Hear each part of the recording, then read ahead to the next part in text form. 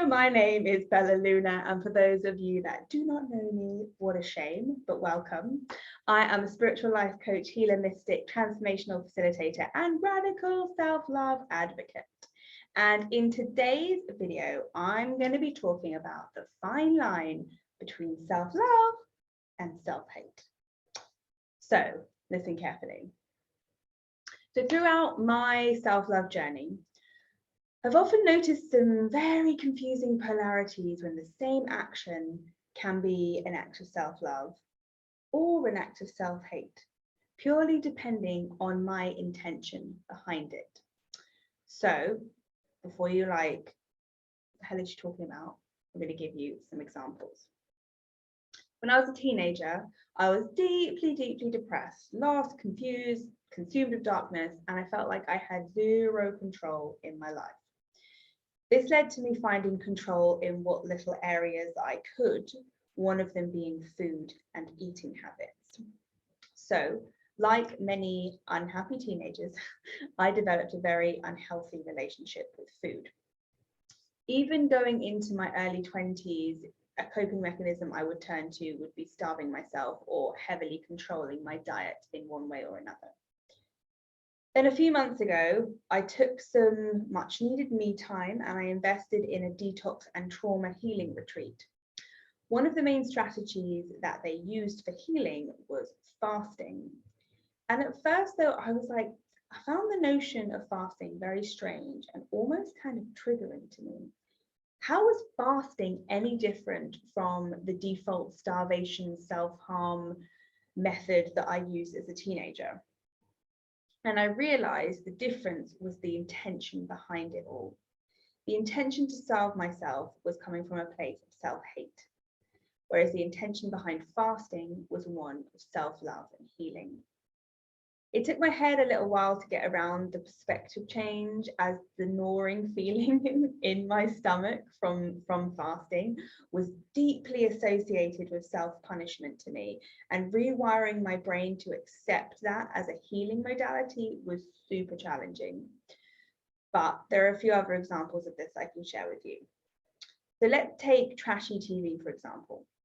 An excess amount of TV in general isn't really great for a person's mental health and well-being. Therefore, as an act of self-love, I try to limit the amount of TV I watch in general, but specifically the amount of super trashy reality TV and things like that. It's very rare that I watch TV before, sort of 5, 6, 7 o'clock anyway, and rarer still that I spend a whole day in bed binging something. However, every now and then, when I'm unwell or burnt out or have experienced like a knockback of sorts or a trauma, sometimes in these situations, the most loving thing I can do for myself is to just binge some trash and give myself a free pass at adulting for the day. The same can be said for healthy and unhealthy food. So eating healthily is a massive act of self-love. By eating nutritious and good foods, you are declaring to the universe that I am worthy of a healthy, fully functioning body. However, every now and then, I like to treat myself to a slice of some delicious cake or something with a bit more naughtiness than a salad has to offer. And another example that shows up for me is lying in versus getting up early. I love to sleep, and I could honestly sleep for about 12 hours straight if I like myself. But I also really love the mornings. I love getting a head start on my day. I love how quiet and still and peaceful it is at that time. I love that, by like 10, 11, I've already done some work, some practices, some exercise, some things like that. It makes me feel good. It makes me feel like I'm being productive, and it helps sort of like motivate me.